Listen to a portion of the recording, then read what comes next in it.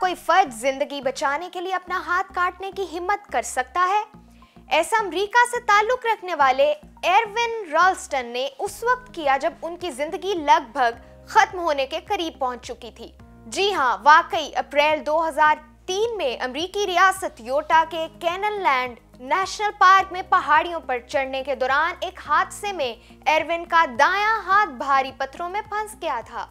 वो उस वक्त एक तंग दर्रे पर चढ़ रहे थे और एक भारी पत्थर उनके दाएं हाथ पर गिर गया और वो एक चट्टान पर फंस गए। उस वक्त उनके पास महज 1 लीटर पानी, चंद चॉकलेट के टुकड़े और थोड़ा सा खाना था। उनके पास हेडफोन्स और एक वीडियो कैमरा भी था, मगर मोबाइल फोन नहीं था, और होता भी तो वहां मोबाइल कवरेज मौजूद नहीं थी।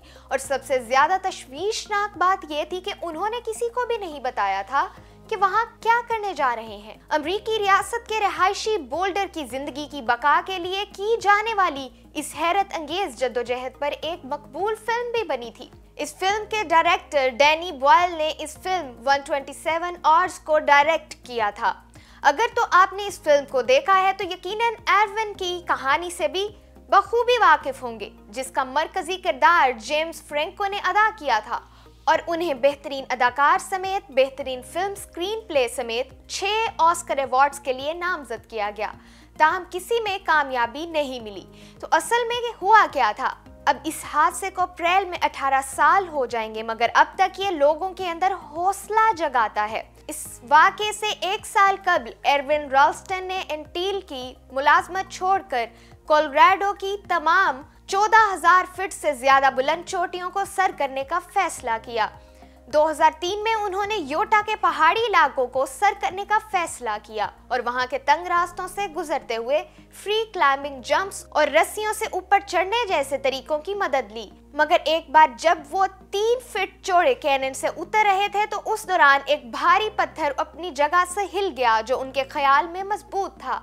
उनके बकौल मैं इस खूबसूरत जगह में घूमते हुए बहुत खुश था और लापरवाह हो गया। फिर अचानक मैं चंद फीट नीचे गिरा। जब मैंने ऊपर देखा तो पत्थर आ रहा था, तो खुद को बचाने के लिए मैंने हाथ ऊपर उठा दिए और वो मेरे दाएं हाथ से टकराया और कुचल दिया।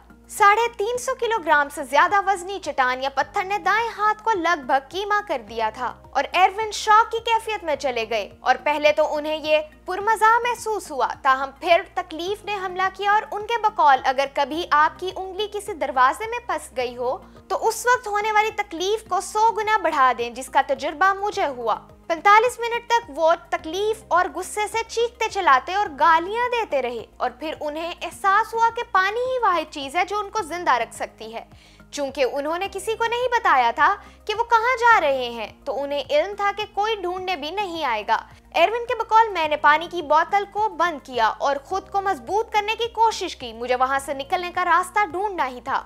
उन्होंने खुदकुशी के ऑप्शन को मुस्तरद कर दिया, मगर इसके साथ ही इतना ही खौफनाक मुतबादल भी फौरी तौर पर उनके जहन में आया कि अपना हाथ काट दें। उन्होंने बताया, मैंने खुद से पूछा, एरविन क्या तुम अपना हाथ काट सकते हो? मैं अपना हाथ काटना नहीं चाहता, मगर यार तुमको अपना हाथ काटना ही होगा। तो उस वक्त वो हौसला नहीं कर सके, तो 2 दिन तक अपनी जेबी चाकू से चट्टान को उठाने की कोशिश करते रहे।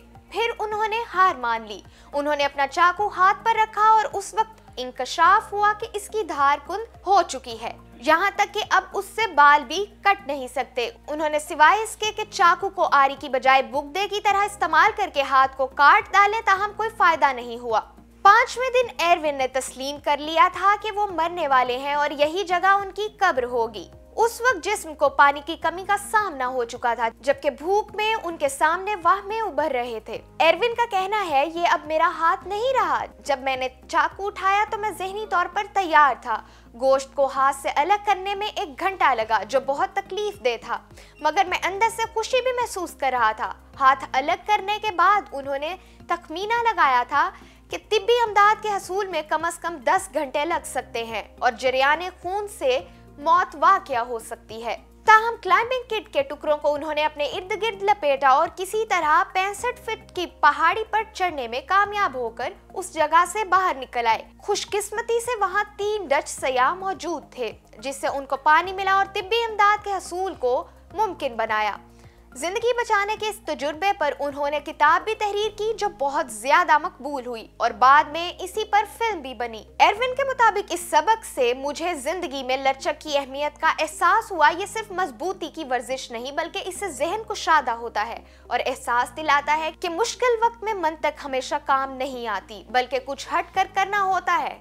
हड्डियों को अजीब तरीके से तोड़ना वाकई मुश्किल है, मगर ये मेरे अंदर की आवाज बन गई थी कि अपनी हड्डियां तोड़नी है। इस हादसे के बाद उन्होंने मोटिवेशनल स्पीकर के शोबे में करियर बनाया ताकि दूसरे अफराद को सिखा सके उन्होंने कैसी गलतियां की और किस तरह मुश्किलात पर फतह हासिल की।